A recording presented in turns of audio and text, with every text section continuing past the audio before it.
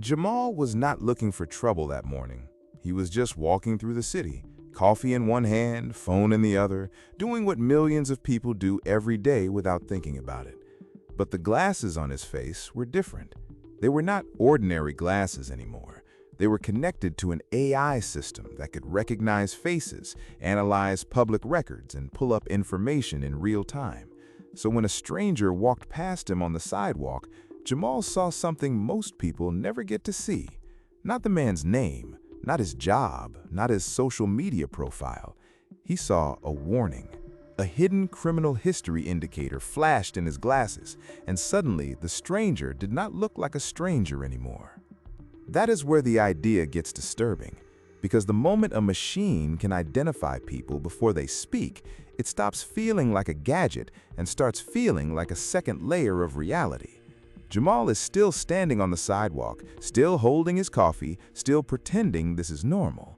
But now every face around him carries a question. What if this person has a record? What if they were arrested before? What if there's something buried in public data that the glasses can surface instantly?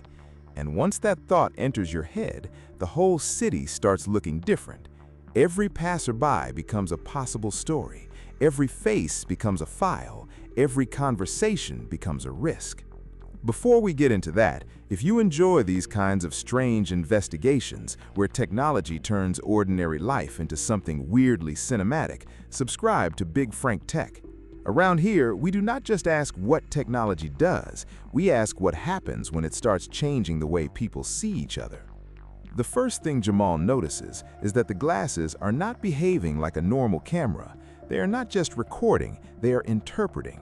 A man steps out of a taxi near the curb and a small label appears beside his face.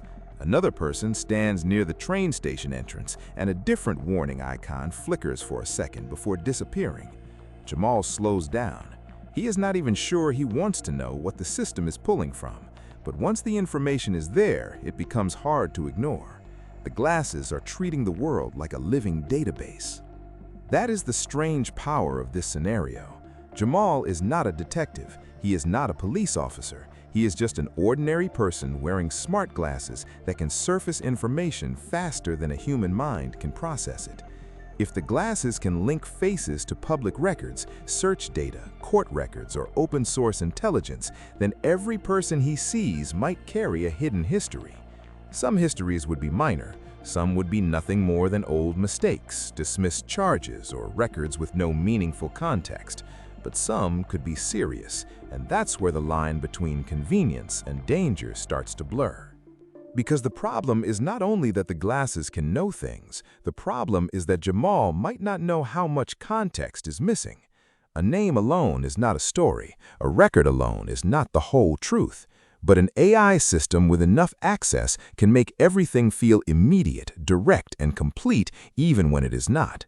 That's what makes the scenario so powerful. The glasses do not just show information, they shape suspicion. Now imagine Jamal starting to understand how the system works. The glasses are not magically reading minds, they are connecting visible faces to information that already exists somewhere in the digital world. That could mean records from public databases, news reports, social platforms, or other searchable sources. In other words, the glasses are not inventing a person's past, they are assembling it. That sounds useful until you think about it for more than a second. If Jamal can look at someone and instantly see a summary of their past, then the glasses are doing more than identification. They are compressing a whole human life into a tiny label. And once that happens, people stop being people and start becoming categories: safe, unsafe, suspicious, unknown, high risk, cleared. The machine does not need to hate anyone to create that effect, it only needs to sort. That is exactly why this concept is so unnerving. Jamal might start the day thinking he is just testing a futuristic feature, but by lunchtime, the glasses are already affecting how he talks to people. He hesitates before shaking someone's hand. He studies faces longer than he should. He starts second-guessing who he can trust. And that's the real transformation. The glasses are not just showing the past, they are changing behavior in the present. The moment Jamal realizes the glasses can expose old criminal histories, the world around him becomes more complicated. If he knows that a person standing near him once had a serious record, does he treat them differently? If the record is old and the person has changed, does the machine still bias his reaction? And if the system is wrong or incomplete or missing context, what happens when Jamal trusts it anyway? This is where the story stops being about cool technology and starts becoming about power. Because the person with the glasses is no longer just looking, he is judging with information that other people do not even know is visible. That changes every social interaction.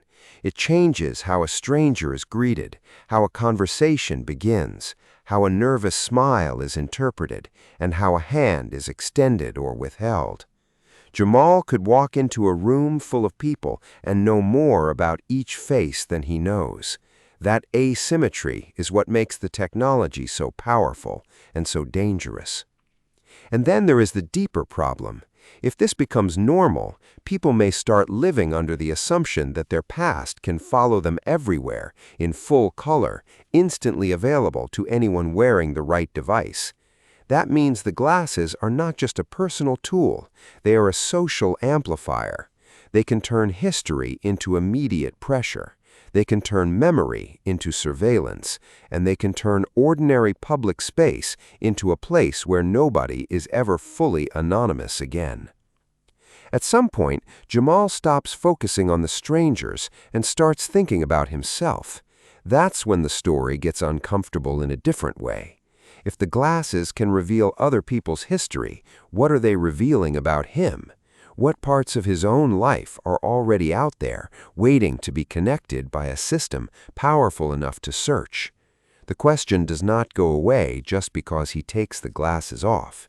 In fact, it gets louder. That's the real twist in this idea. It's easy to imagine smart glasses as a futuristic convenience, but once they can reveal hidden history, they become something else entirely. They become a machine for judging people before they have a chance to speak, and that's a huge shift in how human beings relate to one another. Jamal might think he's gaining information, but what he's really gaining is a new kind of responsibility. Every glance becomes a decision, every label becomes a possibility, every face becomes a test of whether he trusts the machine more than his own judgment. And that's where the story lands hardest. The glasses do not make the world more transparent in a neutral way. They make the world harder to read emotionally. They replace uncertainty with instant interpretation, and interpretation with influence. Jamal may know more, but he may understand less. That's the danger of turning people into searchable surfaces. So what happens if smart glasses can reveal a person's entire crime history before they even say hello? You get a world that feels more informed and less human at the same time.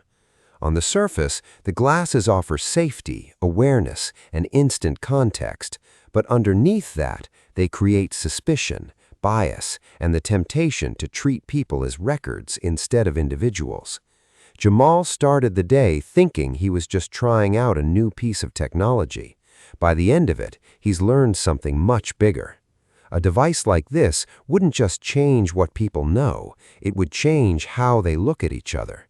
And once technology starts altering the way human beings judge faces, stories, and first impressions, it's no longer just a smart tool.